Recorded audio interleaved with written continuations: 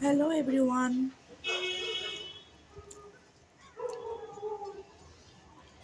তো দেখো এখন বাজে হচ্ছে কটা, পৌনে একটা।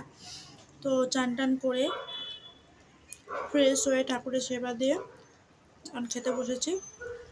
খাচ্ছি হচ্ছে ডাল, চাল, আলু, কাঁচা লঙ্কা এসব দিয়ে খিচুড়ি, নিরামিষ।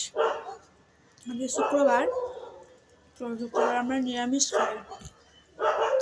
বাপরে কি চেঁচাচ্ছে ওগুলো!